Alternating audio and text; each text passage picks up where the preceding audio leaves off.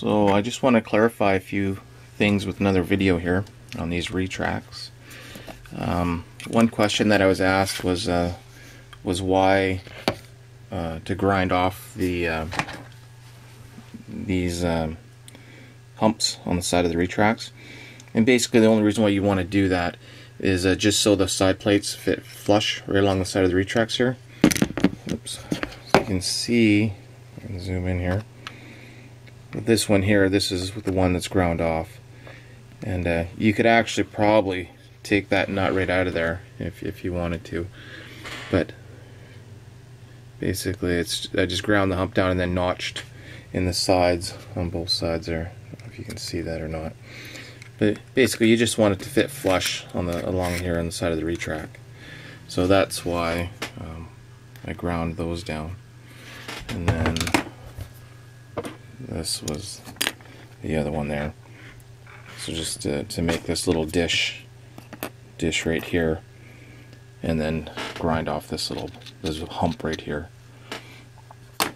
And the other question I had, or probably just make it a little bit clearer for some people, is when you open up your retract. And one mistake I did make on my other video is the switch.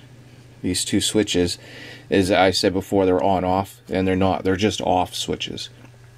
And what happens is the part that I made here, so they stay out on an angle, will touch this switch and just turn the motor off. And then when you activate again, it will go up, and then the back part of this will touch this switch here and turn it off. And so basically these switches just turn the motor off, because they're actually servoless retracts, so they just have the motor. But I'll take this apart and let me see a little bit better here inside how this works.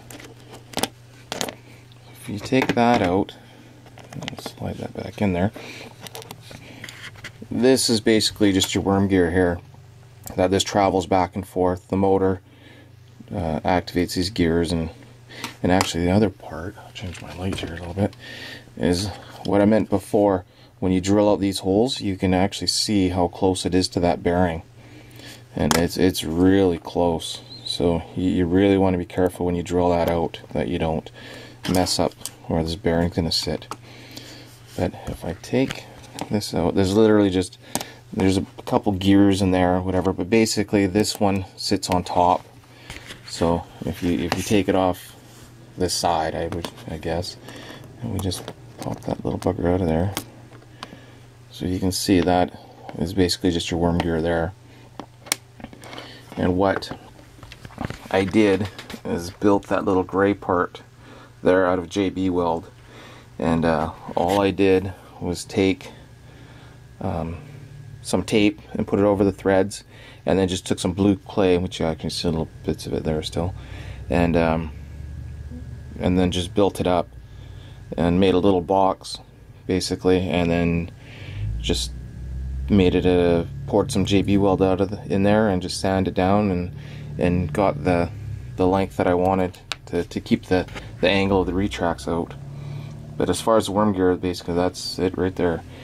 And before, when I measured it, I didn't realize my camera was in a kind of a crappy spot.